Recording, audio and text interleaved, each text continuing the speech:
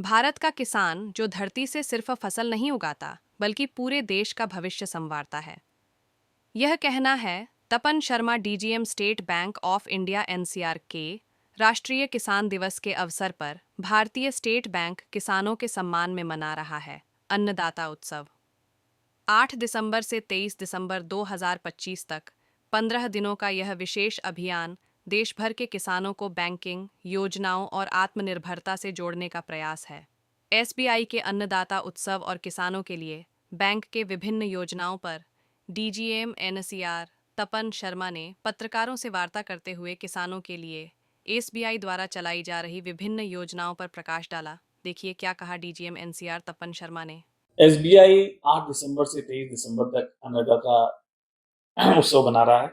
इसका जो मुख्य उद्देश्य है वो एसबीआई की तरफ से किसानों का सम्मान करना, बैंक और किसान के बीच में अपना संवाद को बढ़ाना और सबसे महत्वपूर्ण हमारे किसानों को बैंक की आधुनिक बैंकिंग और सरकारी योजनाओं से जोड़ना। मैं इसमें कहना चाहूंगा कि हमारे देश के लगभग 15,000 शाखाएं ग्रामीण और अर्ध शहरी इलाकों में उपस्थित हैं, मौजूद हैं, जहां पर हम ग्राम पंचायत जागरूकता अभियान आयोजित कर रहे हैं और हमारे किसानों को agri infrastructure funding, PM Kusum, PM FME, Kisan Samriddhi और भी agri and food enterprise micro loan, इनके बारे में जानकारी प्रदान कर रहे हैं। इन कार्यक्रमों में इन सब प्रोडक्ट्स और इसके अलावा जो सरकारी योजनाओं की जानकारी देने के अलावा हम किसानों को क्रेडिट मॉनिटरिंग के बारे में और साइबर सुरक्षा के बारे में और किस तरह से वे अपने आप को धोखाधड़ी से बचा के रख सकते हैं उसके बारे में भी जानकारी देने की कोशिश कर रहे हैं। हमारे पास हमने लगभग इस चयनित एग्री क्लस्टर और 101 फोकस जिलों में एग्री एचएनआई कस्टमर मीट के द्वारा आयोजित कर रहे हैं और जहां पर प्रगतिशील किसानों को प्रोसेसिंग एग्री उद्यमी फूड प्रोसेसिंग आदि के बारे में भी जानकारी और बातचीत की जा रही है। इन सभी गतिविधियों का उद्देश्य सिर्फ एक है कि किसानों को बैंकिंग से और नजदीक लाना और किस तरह से हम उन्हें सिर्फ एक उत्पादक से लेकर प्रोसेसर की दिशा में आगे बढ़ाएं। ये जो कार्यक्रम है अन्नदाता उत्सव, इसका मुख्य उद्देश्य है। सर, ये क्रेडिट मॉनिटरिंग अवेयरनेस पर जो है विशेष जोर दिया जा रहा है, ये किसानों के लिए क्यों जरूरी महत्वपूर्ण माना गया है इसको? ये एक बहुत ही महत्वपूर्ण विषय है और जिस तरह से समय में डिजिटाइजेशन की तरफ हम बढ़ रहे हैं, इसकी महत्ता और बढ़ती जा रही है।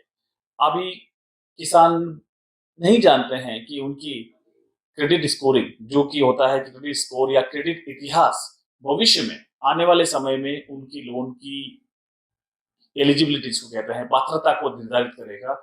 उस क्रेडिट स्कोरिंग के माध्यम से ये जज होगा कि उनको लोन मिलेगा तो किस ब्याज दर पर मिलेगा। इन सभी का इफेक्ट क्रेडिट मॉनिटरिंग से आता है, जो हमारे किसान भाई शायद इन चीजों से इतने अवगत नहीं है। हम किसानों को, मैं सिंपल सरल भाषा में समझाता हूँ कि जो जो सिविल रिपोर्ट होती है, क्रिफ रिपोर्ट होती है, उससे उनकी वित्तीय पहचान बनती है कि उनकी क्रेडिट हिस्ट्री, उनका ऋण का इतिहास कैसा है। उस क्रेडिट रिपोर्ट को नियमित रूप से किसानों को या किसी भी नागरिक को देखते रहना चाहिए कि उससे उन्हें यह पता भी लगता है कि कोई उन्होंने पुराना ऋण लिया है वो सही है या उसका जो उसका भुगतान है वो सही चल रहा है, कोई अनाधिकृत या कोई गलत एंट्री तो उसमें नहीं आ गई है जिससे उनकी वित्तीय साख को बेहतर बनाया जा सकता है। ये आने वाले समय में और ज्यादा महत्वपूर्ण होता जाएगा। तो ये जागरूकता अगर हमारे किसान भाइयों में होगी तो उनको, उनके भविष्य को और वो सुरक्षित और सुदृढ़ बनाएगी। सर, 2047 तक विकसित भारत का सपना है और वो साकार भी होगा, तो उसमें किसानों की भूमिका क्या रहेगी? आप किस प्रकार से देखते हो किसानों को इस कार्यक्रम में जो है 2047 तक के? देखिए, अगर भारत देश को विकसित देश बनना है 2047 तक, तो किसान का सशक्त होना बहुत ही जरूरी है। कृषि सिर्फ एक पेशा नहीं है, यह हमारे देश के जीवन का आधार है। और लेकिन किसान आज जो छोटी जोत या जलवायु के जोखिम से या बाजार की अनिश्चितता, उसकी चुनौतियों को सामना करता है।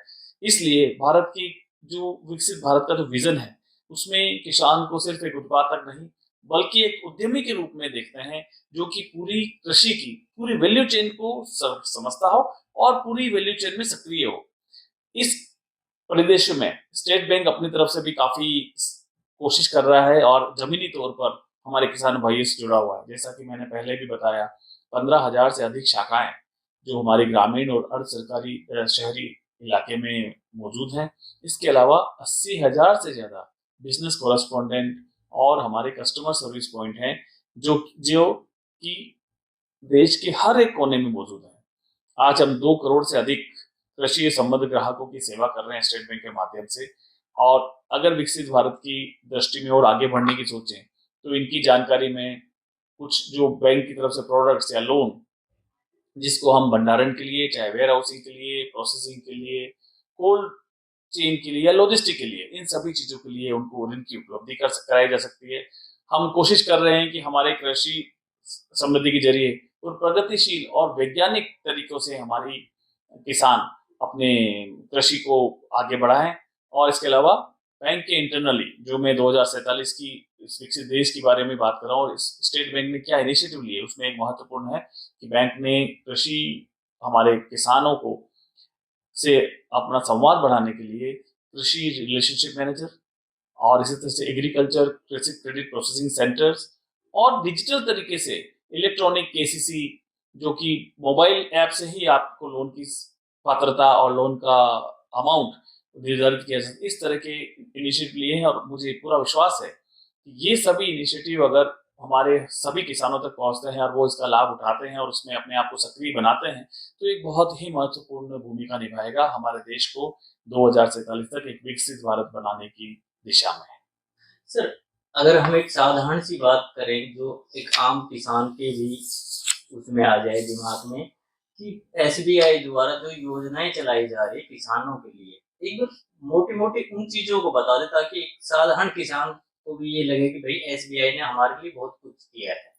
हाँ, इसी जैसा कि मैंने अभी बताया था, सरकारी योजनाओं के साथ में बैंक के खुद के प्रोडक्ट, एक तो होता है खेती करने के लिए, तो एक नॉर्मल सा प्रोडक्ट होता है किसान क्रेडिट कार्ड जिसमें आपकी जमीन के आधार पर और किस तरह का आप क्रॉप आप का फसल किस तरह की है उसके हिसाब से लिमिट डिसाइड वो उसको पूरा का पूरा डिजिटाइज कर दिया गया है। वो आपके लिए इतना सरल और सिंपल तरीके से आप अपनी जमीन की लैंड होल्डिंग और अपनी बेसिक केवाईसी के आधार पर उसमें आपको लोन मिल सकता है। उसके बाद आता है एग्री एंटरप्राइज लोन।